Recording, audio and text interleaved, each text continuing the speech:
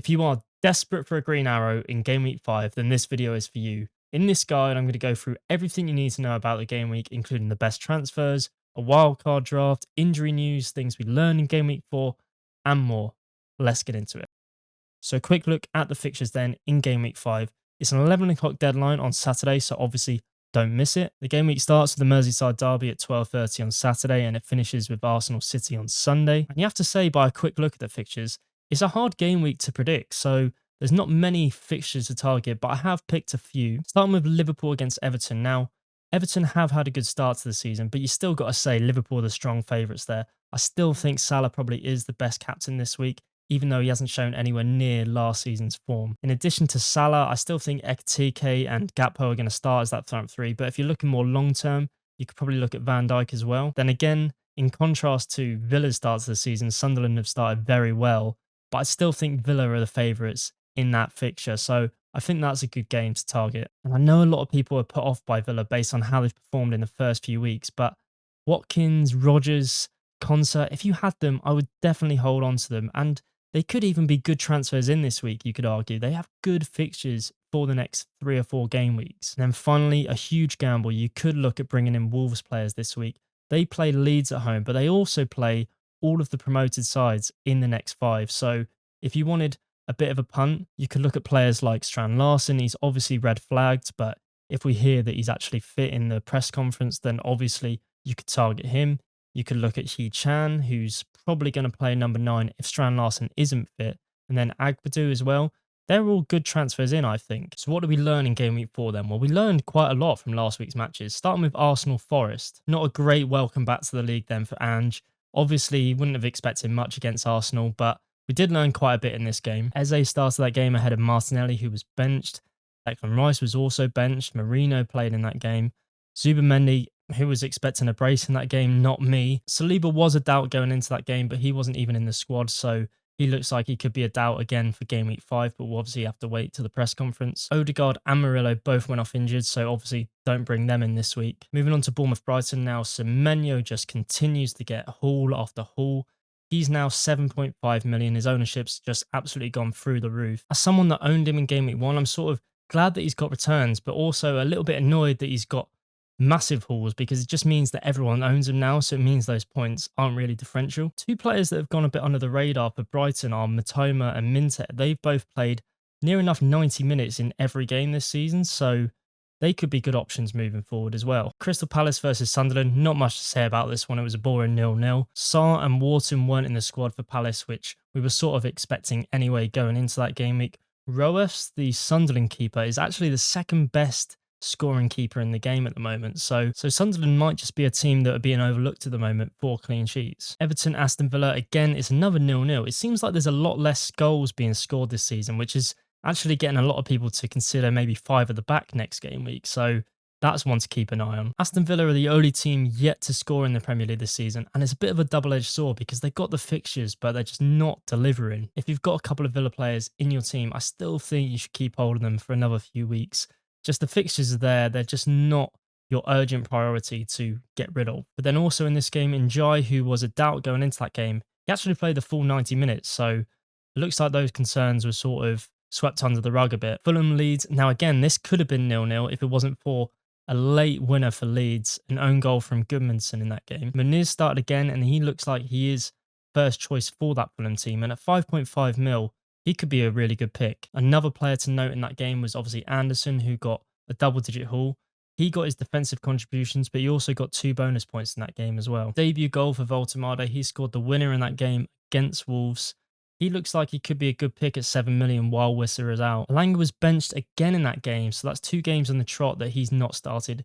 He just can't be an option that you look at moving forward. Strand Larsen wasn't even in the squad, so again, even with that nice fixture for Leeds at home, it looks like you just can't look at him this week, unfortunately. West Ham, Tottenham, a miserable day for West Ham. They lost 3-0 at home. Well done if you had double Spurs defence. They absolutely smashed it in that game. It was also a good debut for Simmons, who actually started left wing, which was a bit surprising to a lot of people. Richarlison was benched, and Paqueta actually played number 9 in that game. Now, a lot of people have looked at Paqueta this week.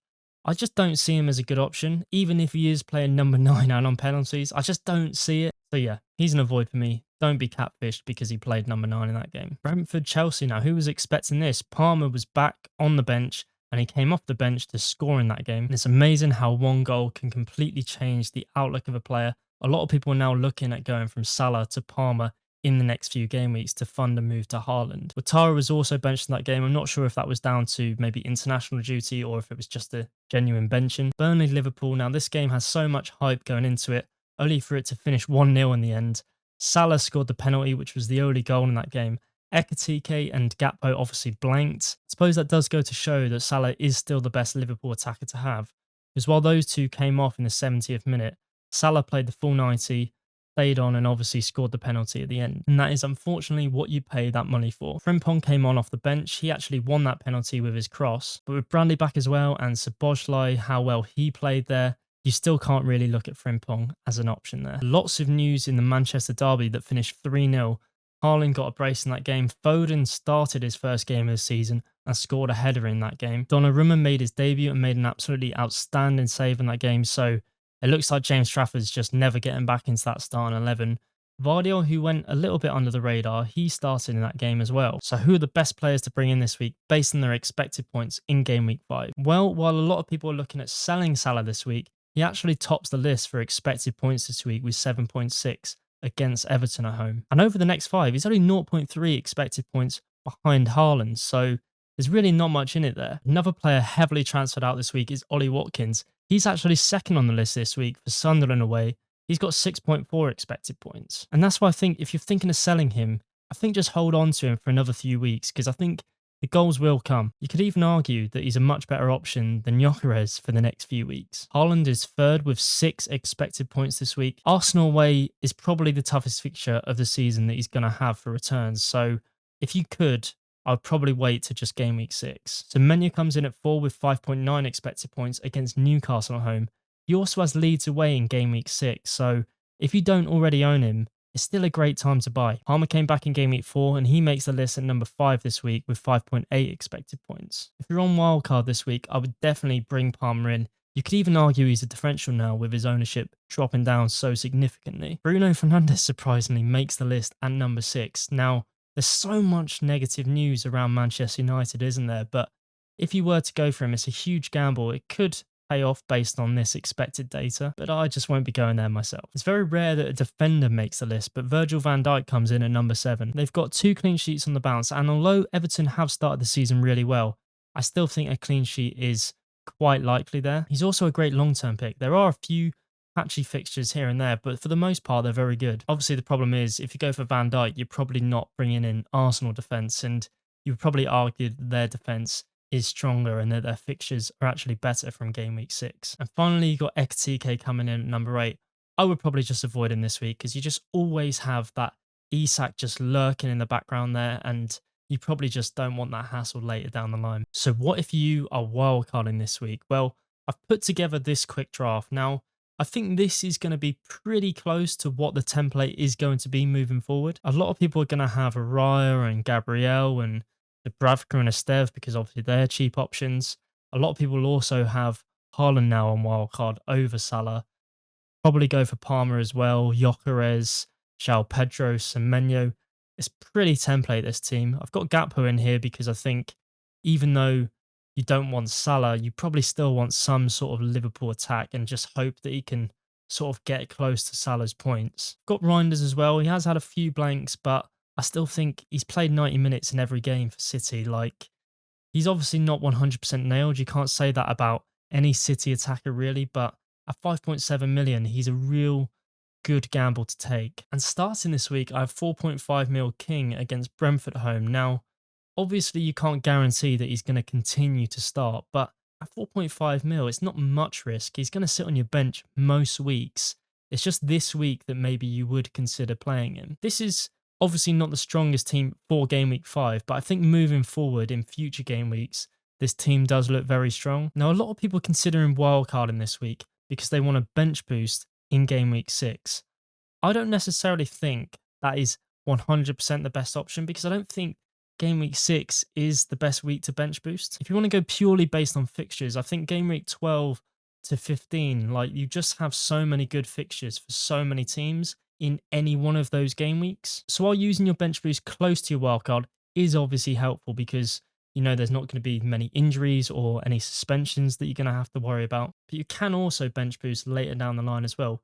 You just need to bear in mind what teams you want to target. So for instance, I'm a good example of this. So I want to bench boost in game week 12, but I've actually used my wildcard in game week 4. So this is a bit of a rough plan of how I want to bench boost in game week 12. So I use planfpl.com. Now, this is a really useful tool that I'll leave a link to in the description if you want to plan for future game weeks. And you can see here with this plan, in game week 12, I've got 3 transfers and I've actually only used 1 to get to this team. So there is some flexibility if there's, say, injuries in the next 4 or 5 game weeks. But just to show you that I had to think about that now, this was my wild card in game week 4. So as you can see, I had to consider Fulham players, Villa players, Chelsea, Crystal Palace players, Bournemouth players, because those are the players that I want to target that have good fixtures in game week 12. So yeah, you do not want to be taking hits immediately after using your wild card. So just remember future game weeks, keep them in mind. So who are the popular and not so popular players being transferred in and out of teams this week? Starting with the goalkeepers quickly, and I suspect a lot of these transfers will be wild cards, but you've got Vicario, you've got Donnarumma after his fantastic debut against United, you've got Raya, you've got Dubravka. Again, like I say, probably wild cards here, but heavily brought in this week. And who's making way for them? Well, Sanchez, Sells, Raya, interestingly. I can't believe a lot of people are transferring him out with how well Arsenal played defensively, but I guess it's just because they got City away. But also Pickford is heavily transferred out this week. As for defenders, at the time of recording, Van der Ven is the most brought in defender this week. And you can sort of understand it. He's a cheap route into that Spurs defence. He's just hauled and he's got great fixtures. So again, he's a good pick if he can stay fit. We've also got Gehi, Timber, and Senesi, very popular this week as well. And as for the defenders being transferred out, it's basically just the injured players and Cucurella, who was benched in game week 4. I will just note here, Saliba's heavily transferred out. If you've got Saliba, I would hold on to him because he could be back in the next 1 or 2 game weeks. Moving on to midfielders being transferred in, I feel like I'm going to say this every week. Semenyo is the most transferred in midfielder this week. He's now up to 7.5 million. Interestingly, the second most brought in midfielder is Caicedo. Now, he's gone a little bit under the radar. He's 5.5 million. He's got 2 goals and he's hit defensive contributions in, I think it's every game so far. And you've also got Cole Palmer after his goal coming off the bench. But then you've got Grealish as well, who did blank in game week 4, but he is a good option moving forward. So which midfielder is being transferred out? Well, Wirtz is the number 1 transferred out midfielder. He's just frustrating a lot of FPL managers after he just continues to blank. It can't go on like this, can it? And then you've got Kudus, who smashed it in game week 1, but he's not done much since. He is looking threatening, and he was actually on my wildcard in game week 4, so I'm a little annoyed that he blanked in that West Ham game when he did have opportunities. Hopefully those blanks don't continue because he'll probably go down in price. And then Fernandes, obviously, with that negativity around United, the fact that he's 9 million, it makes sense that he's being transferred out. And then Reinders. Now, again, he's a player who smashed it in game week 1, and then he's just blanked every game since. So I think at 5.7 mil, he's still a valuable City player to have in your team. He's played 90 minutes of every match so far, which you can't say for a lot of City attackers. And it's not like he hasn't got chances either. Obviously, he had that golden chance in the derby. He just didn't take it, unfortunately. And then moving on to forwards, obviously the number 1 brought in forward this week is Erling Haaland after his brace against Manchester United.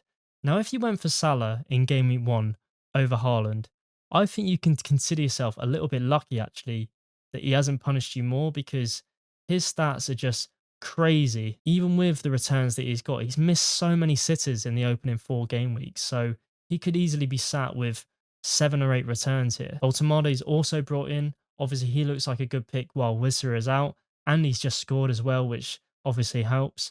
You got João Pedro, even with his high ownership, he's still heavily brought in this week. You got Gyökeres as well. Obviously, a lot of people will be moving from Ekitike to Gyökeres or sort of Ollie Watkins to Gyökeres. As for the players being transferred out in the forward line, you've got Ekitike, you've got Wood, you've got Richarlison, you've got Watkins. Obviously, Wood and Watkins have been blanking, but I think with the fixtures that Wood and Watkins have, I think you just got to keep hold of them for another few weeks. You've also got Richarlison, obviously he's just be benched. That's a perfectly understandable transfer out.